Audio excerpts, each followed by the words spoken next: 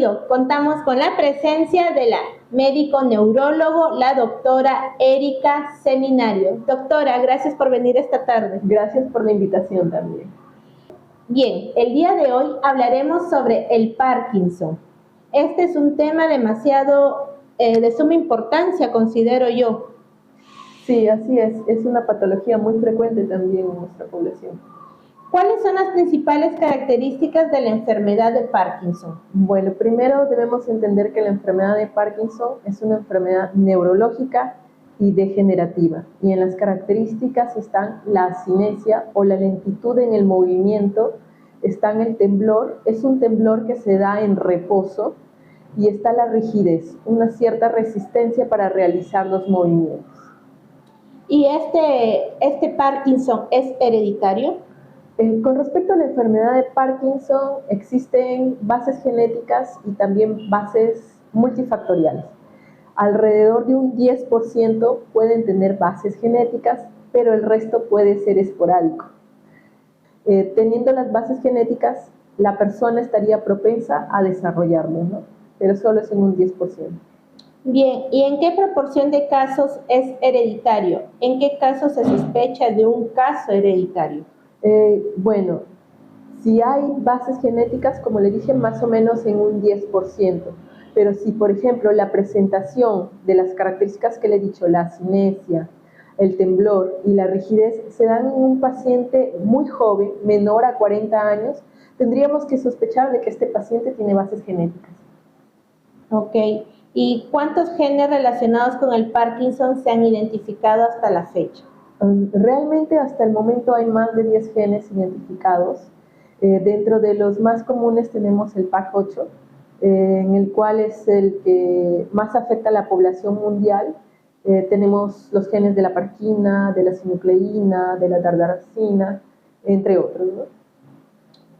¿Y qué papel tiene este conocimiento de las bases genéticas de la enfermedad para la parte clínica y para los pacientes? Bueno, si nosotros tenemos en cuenta que tenemos una base genética, podemos saber que el paciente podría desarrollar la enfermedad de Parkinson. Y si está expuesto también a factores ambientales, porque como les he dicho, hay base genética y también factores ambientales que pueden condicionar, el paciente podría desarrollarlo. Con respecto a la parte clínica, no va a cambiar mucho con respecto a la presentación, quizás a la presentación a temprana edad, ¿no? Bien, doctora, para que lo entiendan de manera simple los televidentes, ¿de qué manera nosotros podríamos saber que estamos frente a un caso de Parkinson con un familiar o un conocido? Bueno, nosotros podríamos sospechar si el paciente presenta asinesia, una lentitud al realizar algún movimiento, inclusive, por ejemplo, al levantarse de una silla o al iniciar la caminata. Podríamos notar que hay cierta rigidez, es decir, para también movilizarse. Otra cosa es el temblor, ¿no? Un temblor que puede presentarse, el paciente puede estar descansando y el temblor empieza a presentarse, que podría ser como que cuenta monedas, ¿no? Si nosotros estamos viendo en un familiar esto, nosotros deberíamos acudir al médico. Pero no solamente son los trastornos motores que nos deben de llamar la atención, pues la enfermedad de Parkinson no solamente es motora, también puede presentar condiciones no motoras asociadas. Por ejemplo, el paciente podría estar cursando con depresión, el paciente podría tener disminución del olfato, inclusive esto puede presentarse 10 años antes de presentarse los trastornos motores. Entonces, como verá, la enfermedad de Parkinson no solamente es motora, sino también hay otras cosas más que se pueden presentar en ellos. Entonces, si nosotros tenemos cualquiera de estas sospechas en nuestros familiares, acudan con el médico especialista y lo pondremos a entender. Y si consideramos que una persona presenta un riesgo genético a tener Parkinson, ¿es posible prevenir la enfermedad? Si tenemos la base genética, tenemos un riesgo, pero si tenemos factores ambientales, como les he dicho, este riesgo aumenta y podríamos presentarlo. Pero si nosotros también llevamos una vida sana, una vida activa en ejercicios, en agilizar la mente, lectura, podríamos disminuir esa posibilidad. No un 100%, pero nos ayudaría también. Ok. ¿Cuántos pacientes con Parkinson hay en Piura y cuántos ha atendido usted? Bueno, según la bibliografía, refieren más o menos entre 1 a 2 pacientes por cada 1000 habitantes aquí en Piura.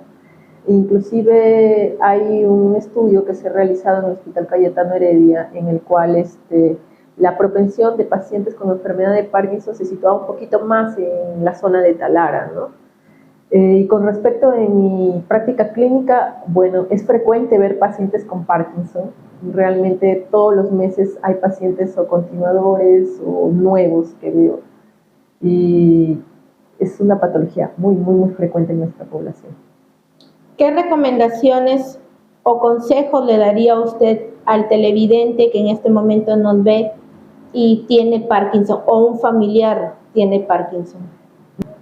Primero, decirles que la enfermedad de Parkinson es una patología muy frecuente y actualmente ya existen múltiples tratamientos para la enfermedad de Parkinson y no solamente tratamientos farmacológicos. Entonces, si hay la sospecha de esta patología, acudan con el especialista para poderla tratar, ayudar y disminuir todas esas molestias propias de la enfermedad. Muy bien, doctora Erika, muchas gracias por haber venido esta tarde a Yo Decido. Muchas gracias también por la invitación. Bien, nosotros nos vamos a un breve corte comercial y damos pase al doctor Robert Lozano. Él es médico cardiovascular y con él trataremos el tema de la insuficiencia arterial. Regresamos con más.